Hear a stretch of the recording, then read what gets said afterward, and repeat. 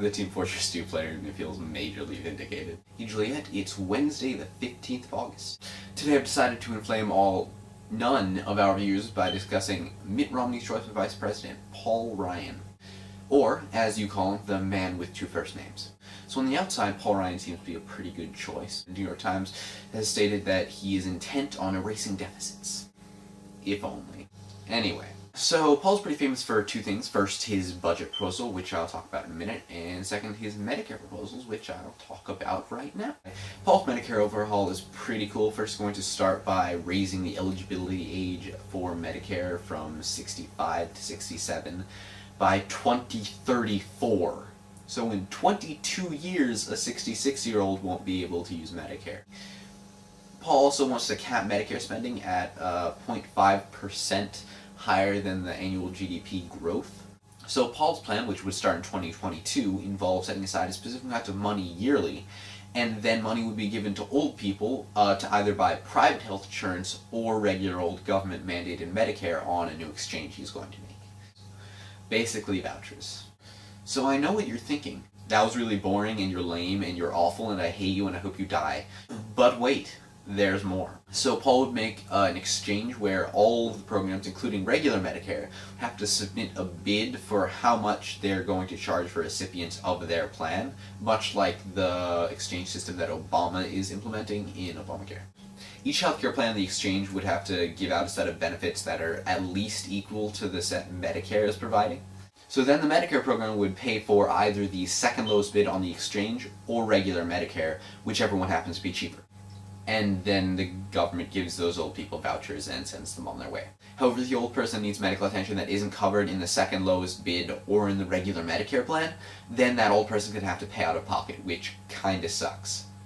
But if that old person happens to go to a lower plan that isn't the second lowest bid or Medicare, then the difference can be given back to him in a rebate, which is kinda cool. Paul also made sure to point out that it could change someday, sort of, maybe, kind of, sort of, maybe one day. But what Paul's plan is really good at is making Democrats make themselves look like idiots. So the lie that's been floating around a bunch of Democratic circles is that Paul Ryan is going to try to end Medicare, thereby fulfilling his plan of killing off old people and selling their organs on the black market. Or something. Actually, those Democrats have been posting pictures of old white people looking sad and saying things like, "Would you kill this man? Paul Ryan would." Of course, Paul wouldn't. All of his Republican friends look like that. That's not to say there aren't some really serious issues with Paul Ryan's Medicare proposal.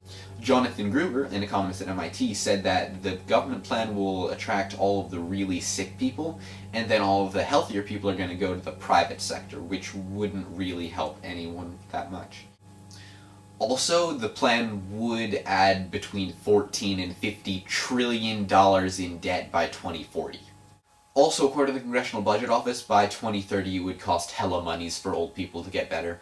A Princeton economist told Kaiser Health News that because old people are really sickly and cost a bunch healthcare-wise, the government is going to have to cut its payments to providers, and therefore there wouldn't really be an economic incentive for those providers to provide. Although there are a lot of issues with the bill, it's really important that he's trying to reform Medicare, and the voucher system is kinda cool, but the way he's doing it is moronic and he's a failure. So right now, discretionary spending is about 12% of GDP, which Ryan is super anti-government spending and wants to cut it down to 3%, which is awful, but it becomes worse when he wants to add money to defense spending, which already is 4.7% of GDP.